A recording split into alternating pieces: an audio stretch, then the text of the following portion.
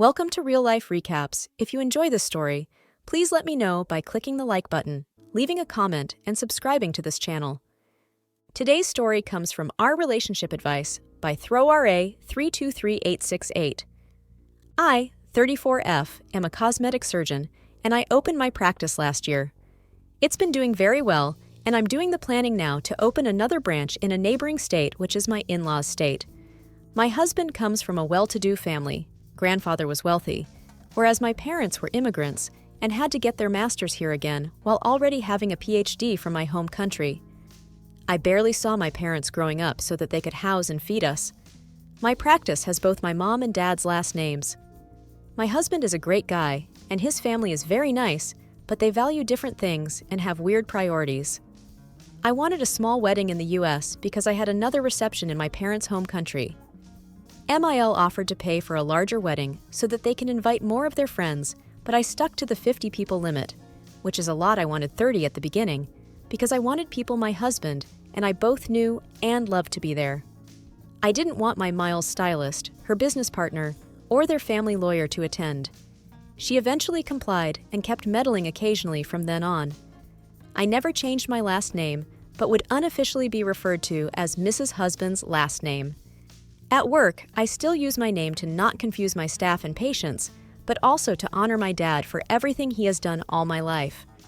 Now that I'm opening another practice, MIL wants me to use the family name as the brand. I told her it would create confusion and people might not know it was mine. I built a lot of trust, patronage, and recognition using my brand, so I don't want to keep correcting people and to start from the bottom in a sense. It makes perfect sense and is the smart decision business-wise. There's also some legal and extra paperwork to be done if I used a different name. She said she is so proud of me and wants to show me off, and also her family name is very famous around here, so I might get more patients. She also joked that she should get some royalty for that too. Their surname is an old American name that back in the day used to do bad things, i.e. corruption and more. I do not want to use that name. I am Southeast Asian, my staff are diverse, and it's something I am proud of since we do focus on ethnic and cultural aesthetics instead of the generic white European aesthetics. I'm walking on eggshells here, and I plan to let my husband deal with her. They always do a family dinner, and I see her maybe once every 2 weeks, and she always brings this up. Recently, 2 of my SILs have been pestering me to do it too.